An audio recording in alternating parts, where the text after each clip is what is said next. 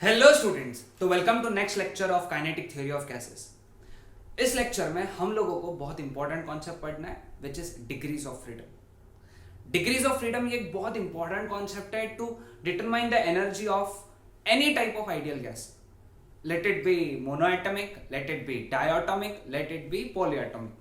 कोई भी प्रकार का गैस है तो हमको उसकी जो मॉलिक्यूल की एनर्जी है या उस गैस की इंटरनल एनर्जी है हम लोग बहुत आसानी से कैलकुलेट कर सकते हैं if we have an idea of degrees of freedom. Degrees of freedom का अगर आइडिया है हमारे पास में तो वी कैन कैलकुलेट। हम लोग क्या कैलकुलेट कर सकते हैं? हम लोग कैलकुलेट कर सकते हैं उस मॉलिक्यूल की एनर्जी, उस गैस की internal energy. Okay, clear with this? So degrees of freedom क्या है? फ्रीडम, फ्रीडम यानी फ्रीली जो मूव करना, फ्रीली मोशन करना। ओके, यहां पे जो फ्रीडम का मतलब है फ्री मोशन। ओके, तो कोई भी मॉलिक्यूल, अब देखो गैस का मॉलिक्यूल है, गैस का मॉलिक्यूल रैंडमली मूव कर रहा है। Okay, all the molecules of the gas move randomly in all possible direction. ये एजम्पशन था काइनेटिक एनर्जी ऑफ गैसेस का। क्या एजम्पशन था? कि कोई भी मॉलिक्यूल जो है या सारे जो मॉलिक्यूल्स है गैस के वो रैंडमली हर डायरेक्शन में मूव कर रहे हैं, गैसेस के, आइडियल गैस के, सभी गैसेस के। ठीक है, अब रैंडमली कैसे मूव कर रहे हैं इसको हम लोगों को समझना है। ओके, तो सबसे पहले हम लोग एक काम करेंगे, डेफिनेशन देखेंगे और फिर हर मॉलिक्यूल के टाइप के लिए डिग्रीज ऑफ फ्रीडम कैलकुलेट करेंगे। ओके, तो सबसे पहले आसानी से डिफाइन करेंगे हम लोग what is degree of freedom. The term degree of freedom of a system refers to the possible independent motion a system can have. कितनी आसान डेफिनेशन है, एक बार वापस से। The possible independent motion a system can have. Second definition भी पढ़ लेते हैं और समझाऊंगा मैं इसके नेक्स्ट, जैसे मोनोएटॉमिक के लिए जब पढ़ेंगे तो तुमको ये डेफिनेशन आराम से समझा दूंगा। दूसरा, it is also defined as the total number of independent ways और modes in which a system can possess energy. Energy कितने प्रकार से हो सकती है, ये शब्द को ध्यान से सुनना। किसी भी मॉलिक्यूल में एनर्जी कितने प्रकार से हो सकती है, उस नंबर को डिग्री ऑफ फ्रीडम कहते हैं। उस नंबर को, कितने प्रकार, कौन सी एनर्जी की बात नहीं कर रहा हूं मैं, कितने प्रकार की एनर्जी होती है, कितने टाइप की एनर्जी जो होती है उसको हम लोग डिग्रीज ऑफ फ्रीडम बोलते हैं। नहीं समझ में आया, टेंशन मत लो, चलो मोनोएटॉमिक से स्टार्ट करते हैं। सॉरी, पहले तो हम लोग समझ लेते हैं कि कोई भी मॉलिक्यूल जो है गैस के में उसकी एनर्जी कितनी होती है। कोई भी मॉलिक्यूल के पास में, जो गैस का मॉलिक्यूल है उसके पास में तीन प्रकार की एनर्जी होती है। सबसे पहली होती है ट्रांसलेशनल काइनेटिक एनर्जी, यानी any molecule possesses translational kinetic energy. ये तो पक्का है, हर मॉलिक्यूल के पास में ये एनर्जी होती है। कुछ मॉलिक्यूल्स में ट्रांसलेशनल के अलावा एक और एनर्जी होती है, that is rotational kinetic energy. Rotational kinetic energy, ठीक। और कुछ मॉलिक्यूल्स में इन दो एनर्जी के अलावा एक और एनर्जी होती है which is known as vibrational energy. वो वाइब्रेशनल काइनेटिक एनर्जी नहीं है, it is vibrational energy. And this vibrational energy is nothing but vibrational potential energy plus vibrational kinetic energy. Okay, जैसे जैसे टॉपिक आएंगे मैं हर एक प्रकार की एनर्जी समझाऊंगा। ठीक है, समझ में आया सबको? तो ये तीन प्रकार की एनर्जीज पॉसिबल है कोई भी मॉलिक्यूल के पास में। तो चलो degree of freedom of monoatomic gas समझते हैं। सपोज ये मोनोएटॉमिक गैस का मॉलिक्यूल है, ये एक ही मॉलिक्यूल है, एक मॉलिक्यूल। Okay, clear? एक मॉलिक्यूल है मोनोएटॉमिक गैस का। अब इसके इंडिपेंडेंट मोशन कितने पॉसिबल है? ये एक्स एक्सिस के अलावा मूव कर सकता है, ये वाई एक्सिस के अलावा मूव कर सकता है और ये जेड एक्सिस के अलावा मूव कर सकता है। सीधा सीधा सीधा सीधा मोशन पॉसिबल है, यानी इसके पास में तीन ट्रांसलेशनल काइनेटिक एनर्जी हो सकती है। तीन ट्रांसलेशनल काइनेटिक एनर्जी हो सकती है। अब ये मॉलिक्यूल खुद के अबाउट रोटेशन परफॉर्म कर सकता है, खुद के अबाउट ऐसा गोल घूम सकता है, लेकिन वो रोटेशनल काइनेटिक एनर्जी बहुत कम रहेंगी, बहुत कम रहेंगी, इतनी कम रहेंगी हम लोग उसको निग्लेक्ट करेंगे। क्यों ऐसा? क्योंकि उस मॉलिक्यूल की जो मास है या उस मॉलिक्यूल का जो मास है वो इतना कम है कि वो एनर्जी निग्लेक्ट की जा सकती है। कौन सी? रोटेशन की। तो इसलिए रोटेशनल काइनेटिक एनर्जी पॉसिबल नहीं है। वाइब्रेशनल भी इसमें पॉसिबल नहीं है, वाइब्रेशन हम लोग कंसिडर नहीं करते मोनोएटॉमिक गैस में। वो एक ही एटम जिसके पास में है, एक ही एटम, मोनोएटॉमिक यानी एक एटम, तो एक एटम का वाइब्रेशन कंसिडर हो ही नहीं सकता, क्योंकि वाइब्रेशन के लिए तुमको बॉन्ड लगेगा और 2 एटम लगेंगे, तो यहाँ पे वाइब्रेशनल काइनेटिक एनर्जी नहीं रहेगी। इन शॉर्ट इस मोनोएटॉमिक गैस के पास में हमारे पास में ये है कि ये 3 तरीके की काइनेटिक ट्रांसलेशनल मोशन कर सकता है, या फिर इसके पास में इंडिपेंडेंटली 3 मोड्स ऑफ एनर्जी है। कितने? 3। तो इसका डिग्रीज ऑफ फ्रीडम कितना हुआ? ये शॉर्ट फॉर्म, इसका डिग्री ऑफ फ्रीडम कितना हुआ? 3। तो आज से हम लोगों ने क्या ध्यान में रखा कि मोनोएटॉमिक गैस के पास में 3 डिग्रीज ऑफ फ्रीडम होते हैं, क्योंकि वो 3 प्रकार से ट्रांसलेशनल मोशन 3 एक्सिस के अलोंग कर सकता है। ओके, वो रोटेशनल नहीं कर सकता, रोटेशंस नहीं कर सकता, वो वाइब्रेशन नहीं कर सकता, तो ये एनर्जीज नहीं होती है उसके अंदर। उसके पास में 3 प्रकार से सिर्फ ट्रांसलेशनल काइनेटिक एनर्जी होती है, 3 प्रकार से, इसलिए 3 हो गया उसका डिग्री ऑफ फ्रीडम। समझ में आया? So degree of freedom of monoatomic gas equal to 3, bracket में लिखना 3 ट्रांसलेशनल काइनेटिक एनर्जी है ना, तुमको ध्यान में रहेगा। ठीक है, चलो अगले इस पर, बहुत आसान है, बहुत आसान है, ये भी देख लो।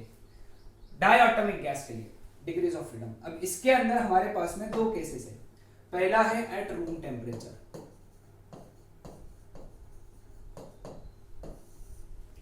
और दूसरा है एट सफिशिएंटली हाई टेम्परेचर।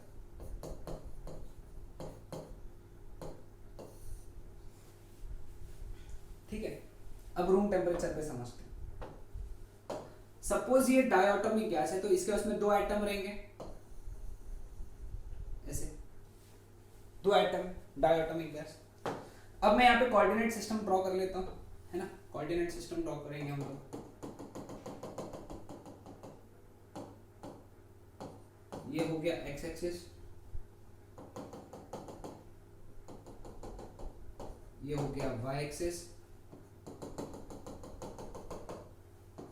और ये हो गया जेड एक्सिस। जेड एक्सिस को ऐसा थोड़ा सा कंटिन्यूअस लाइन में बता देता हूँ, जेड एक्सिस और वाई एक्सिस को।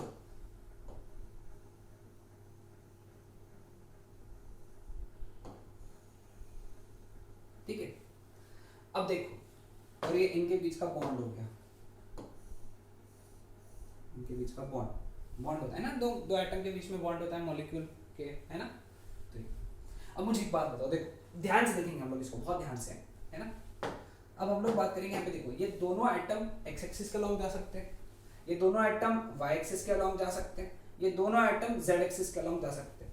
मतलब इसके पास में 3 इंडिपेंडेंट ट्रांसलेशनल काइनेटिक एनर्जी हो सकती है, 3 इंडिपेंडेंट ट्रांसलेशनल काइनेटिक एनर्जी रहेगी इसके पास में। ठीक है, अब सिंस ये एक्स एक्सिस के अलोंग है, एक्स एक्सिस के अलोंग है, तो ये अबाउट जेड एक्सिस रोटेट कर सकते हैं, और अबाउट वाई एक्सिस भी रोटेट कर सकते हैं, क्योंकि वो एक्स एक्सिस के अलोंग है ना। तो इसके रोटेशंस जो पॉसिबल है वो है जेड एक्सिस के अलोंग और वाई एक्सिस के अलोंग। तो रोटेशन है तो वहां पे रोटेशनल काइनेटिक एनर्जी आएगी, तो इसके पास में 3 रोटेशनल काइनेटिक एनर्जी भी रहेगी। ठीक है, समझ में आया? क्लियर है? एक्स एक्सिस के अलोंग है तो एक्स एक्सिस का रोटेशन कंसीडर नहीं करेंगे, क्योंकि एक्स एक्सिस के अबाउट रोटेट ही नहीं कर सकती, क्योंकि वो खुद ही एक्स एक्सिस के अलोंग है, तो उसका एक्स एक्सिस के अबाउट रोटेशन नहीं रहेगा। इमेजिन करो ना, वो ऐसा एक्स एक्सिस के अलोंग है, ये जेड एक्सिस है तो वो ऐसा रोटेट कर सकता है, ये वाई एक्सिस है तो वो ऐसा रोटेट कर सकता है, लेकिन वो खुद एक्स एक्सिस के अलोंग है, तो एक्स एक्सिस के अलोंग रोटेशन रहेगा क्या? नहीं। तो कितने रोटेशन हो गए यहाँ पे? 2 रोटेशन। तो टोटल इसके डिग्रीज ऑफ फ्रीडम हो गए 5, 3 + 2। ओके, रूम टेम्परेचर पे, रूम टेम्परेचर पे। अब हाई टेम्परेचर पे फर्क क्या रहेगा? हाई टेम्परेचर पे व्हेन टेम्परेचर इंक्रीजेस, एक एक्स्ट्रा एनर्जी आता है, extra energy, and that energy is vibrational energy. कब? लेकिन हाई टेम्परेचर पे। रूम टेम्परेचर पे वाइब्रेशनल एनर्जी नहीं रहता है। कहां पे? रूम टेम्परेचर पे। तो अब इसके अंदर वाइब्रेशंस भी आएंगे हाई टेम्परेचर पे। तो हाई टेम्परेचर पे इसके पास में 3 ट्रांसलेशनल काइनेटिक एनर्जी रहेगी, 2 रोटेशनल काइनेटिक एनर्जी रहेगी और 2 वाइब्रेशनल एनर्जी रहेगी। 2 कैसे? एक रहेगी वाइब्रेशनल काइनेटिक एनर्जी और एक रहेगी वाइब्रेशनल पोटेंशियल एनर्जी। तो 2 हुई ना। वाइब्रेशनल एनर्जी में मैंने पिछले स्लाइड में बताया था, वाइब्रेशन में 2 आते हैं। वाइब्रेशनल एनर्जी यानी 2 एनर्जीज होते हैं, एक होती है वाइब्रेशनल काइनेटिक एनर्जी और एक होती है वाइब्रेशनल पोटेंशियल एनर्जी। तो वाइब्रेशन के 2 एनर्जीज आएंगे, तो टोटल यहां पे 3 + 2 + 2 7 डिग्रीज ऑफ फ्रीडम होते हैं इस डायटोमिक गैस पे हाई टेम्परेचर पे। इस डायटोमिक गैस के हाई टेम्परेचर पे 7 डिग्रीज ऑफ फ्रीडम होते हैं। ओके, समझ आया सबको? हाँ, तो नंबर याद रखना है। मोनोएटॉमिक के लिए 3, डायटोमिक के लिए रूम टेम्परेचर पे 5, हाई टेम्परेचर पे 7। कुछ भी मेंशन नहीं है तो रूम टेम्परेचर कंसीडर कर लो, और अगर मेंशन करा मतलब 7 लेना है तो वहां पे मेंशन किया जाएगा it is at high temperature. High temperature ऐसा शब्द ही मिलेगा तुम्हें। क्लियर है सबको? ध्यान में आया? आसान? क्लियर ना? Degrees of freedom of polyatomic gas. Polyatomic gas के बस में डिग्रीज ऑफ फ्रीडम कितने रहेंगे? ओके, पॉलीएटॉमिक में यू हैव नाउ 2 टाइप। सबसे पहला लीनियर पॉलीएटॉमिक गैस एंड दूसरा non linear polyatomic gas. Okay, linear polyatomic gas, non linear polyatomic gas. Polyatomic gas का एक एग्जांपल ले सकते हो CO2 या फिर NH3, ऐसे ये एग्जांपल्स ले सकते हो पॉलीएटॉमिक के लिए। डायटोमिक के लिए oxygen O2, nitrogen N2, hydrogen H2। Monoatomic के लिए हीलियम, नियॉन, आर्गॉन, ये सब मोनोएटॉमिक। ठीक है, अब क्या फर्क आएगा यहाँ पे? अब डायग्राम ड्रॉ करने का जरूरत नहीं है, वैसे ही मैं समझा देता हूँ। CO2 या पॉलीएटॉमिक में लीनियर यानी सभी मॉलिक्यूल, सभी एटम जो है उस मॉलिक्यूल के एक ही लाइन पे है, उसको हम लोग कहते हैं लीनियर। और सभी एटम अगर अलग अलग डायरेक्शन में है, कुछ x के अलोंग है, एक y के अलोंग, 2 x एक्सिस के अलोंग, एक y एक्सिस के अलोंग, या 2 x एक्सिस के अलोंग, एक z एक्सिस के अलोंग, या एक x, एक y और एक z एक्सिस के अलोंग, ऐसे इसको बोलते हैं नॉन लीनियर। समझ में आया ना लीनियर नॉन लीनियर का फर्क? ओके, अब लीनियर यानी सभी एटम एक ही लाइन में। तो पॉलीएटॉमिक में लीनियर अगर है तो उसके 3 ट्रांसलेशनल काइनेटिक एनर्जी रहेंगे, 2 रोटेशनल काइनेटिक एनर्जी रहेंगे,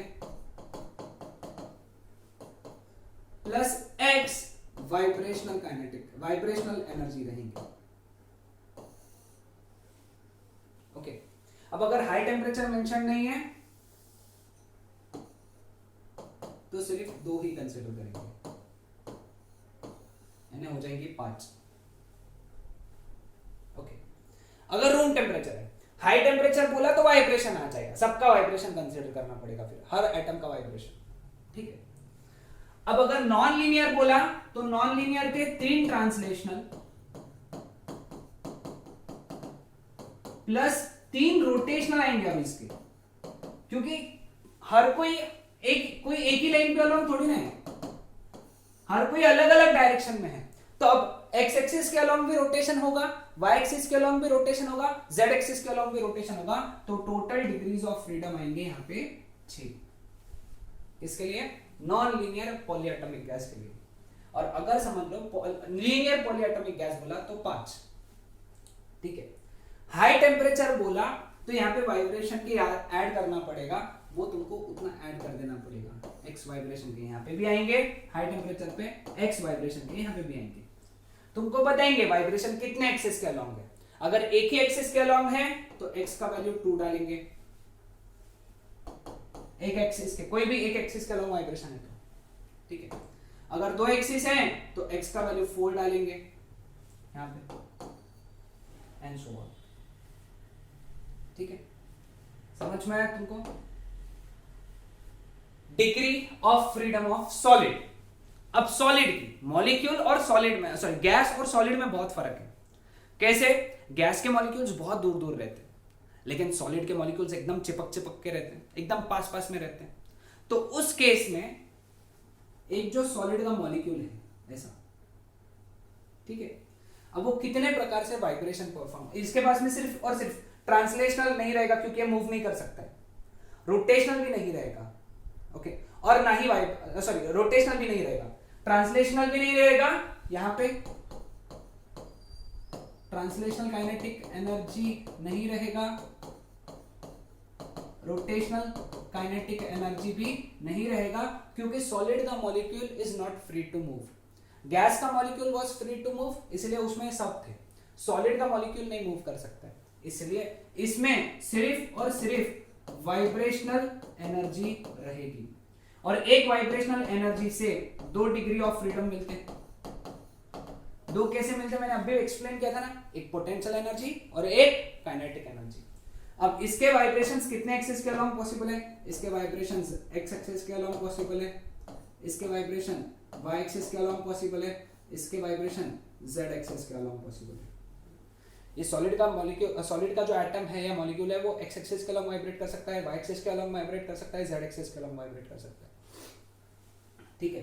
तो total 3 vibrational energies are possible, therefore degree of freedom is equal to 3 into 2 that is 6।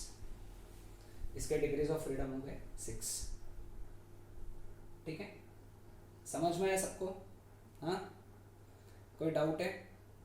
नहीं? Okay, so this was the concept of degrees of freedom of solid, okay. तो आज के lecture में हम लोगों ने डिग्रीज ऑफ फ्रीडम का concept पढ़ा। नेक्स्ट लेक्चर में, इसके आगे के लेक्चर में हम लोग पढ़ेंगे law of equipartition of energy, इसके बारे में, ओके। So that's it.